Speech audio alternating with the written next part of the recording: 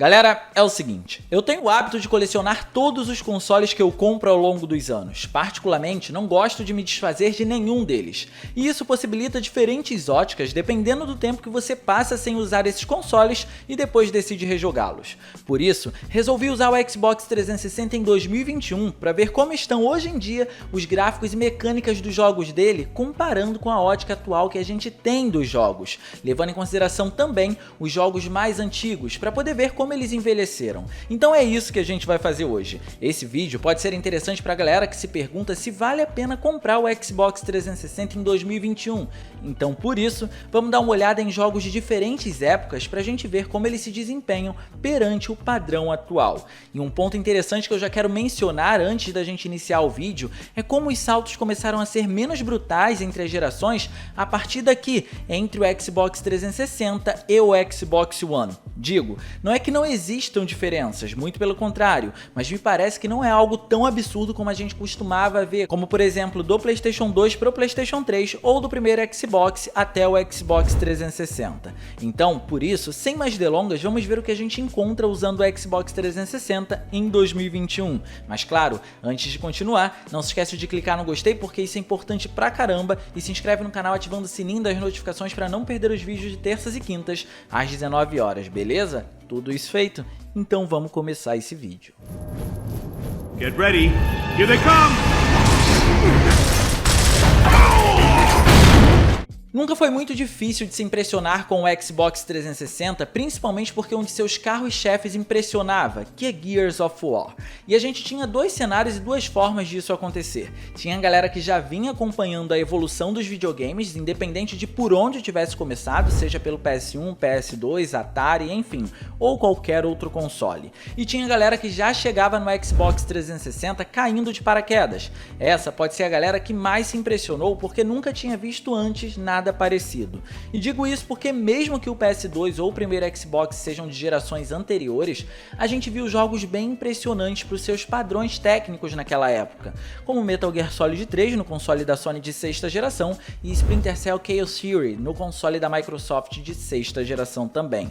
Só que o mais impressionante é que a saga Gears, mesmo sendo executada no Xbox 360 no início da geração, consegue apresentar não só mecânicas como também visuais que não fazem feio diante do que a gente tem hoje em dia.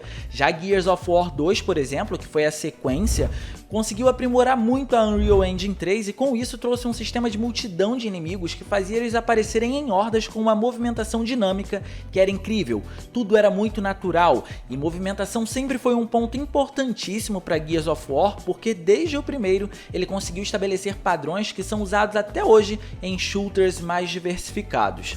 Já quando vamos para o terceiro título da franquia, a gente vê outro aprimoramento, e dessa vez foi na iluminação. Todos os três games tiveram um excelente padrão de textura e diversos outros aspectos inovadores, mas mesmo com Gears of War 2 sendo um dos primeiros títulos a implementar Ambient Occlusion em tempo real, que no caso é aquela iluminação mais discreta, iluminação nunca foi o seu forte. Já no Gears of War 3, o jogo brinca até os dias de hoje com os efeitos de luz e sombra que impressionam pela sua qualidade e também por seu refinamento. As sombras que fazem toda a composição do ambiente quase não possuem serrilhados e têm um bom nível de nitidez, o que faz com que toda a direção de arte acabe ganhando muito contraste justamente por conta disso. Essa iluminação, inclusive, se estende até mesmo em luz volumétrica, que faz com que feixes de luz invadam os cenários e impressionem até hoje. E eu gosto de destacar bastante esse tipo de elemento no Gears of War 3, porque até então era muito comum que os desenvolvedores procurassem formas de trazer esse tipo de efeito de forma disfarçada e não acontecendo em tempo real. Gears of War 3, por sua vez, fez isso em tempo real sem o menor problema para poder mostrar a capacidade do console da Microsoft.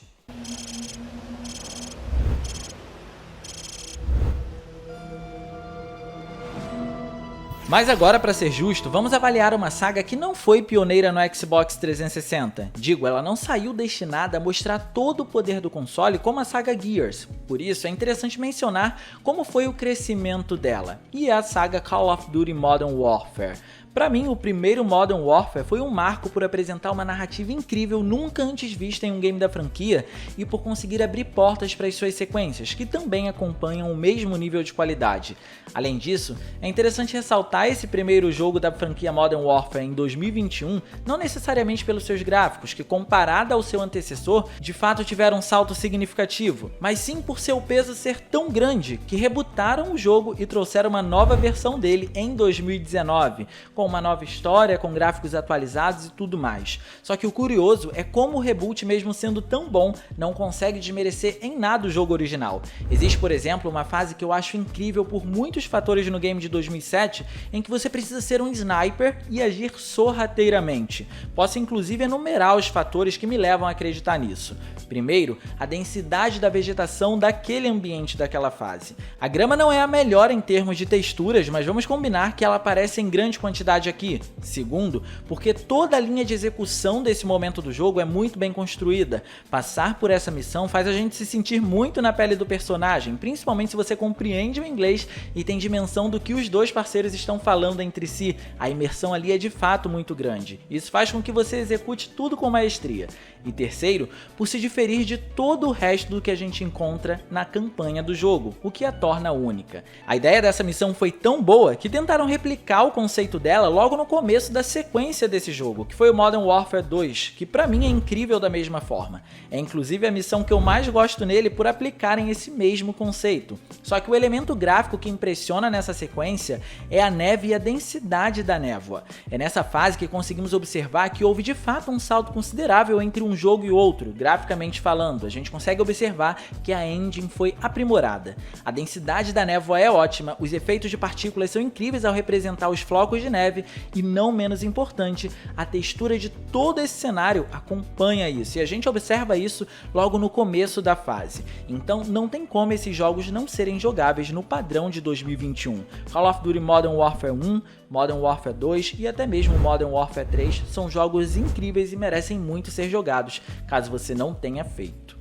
Só que como o Xbox 360 tem uma biblioteca gigantesca, tem bastante jogo pra gente ver ainda. E pra ser sincero, eu queria muito mesmo era dizer que Silent Hill Downpour é um excelente game pros padrões de hoje em dia, principalmente por ele ter sido até agora o último jogo lançado da franquia. Mas infelizmente o game peca muito ao usar a Unreal Engine e, além de diversos problemas gráficos, falha também nas mecânicas de jogabilidade. Não é um jogo ruim a nível de narrativa e história pro padrão de Silent Hill, mas também não é um jogo que eu, por exemplo, pagaria um preço cheio numa remasterização só para poder jogá-lo em 2021.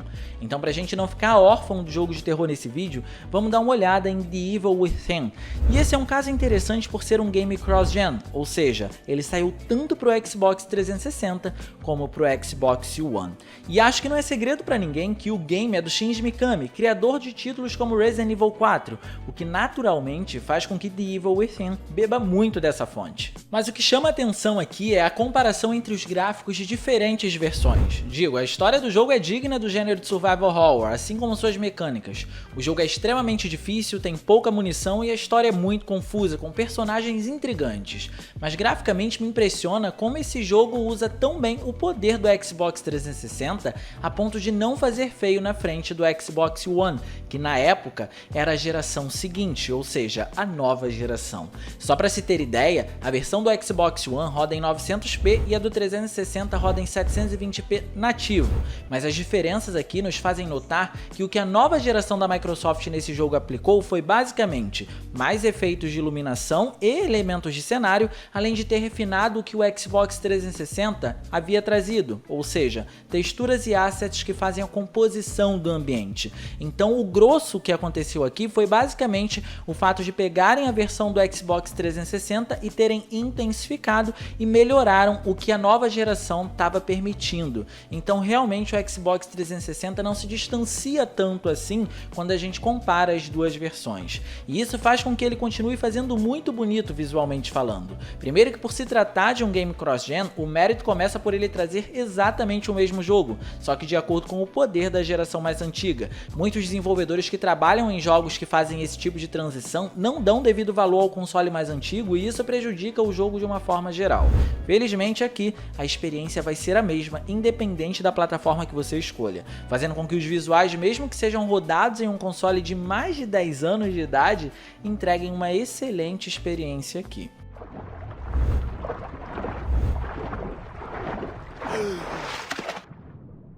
E só pra gente encerrar, quero terminar esse vídeo com chave de ouro. A saga Assassin's Creed é a que nasceu aqui na 7ª geração.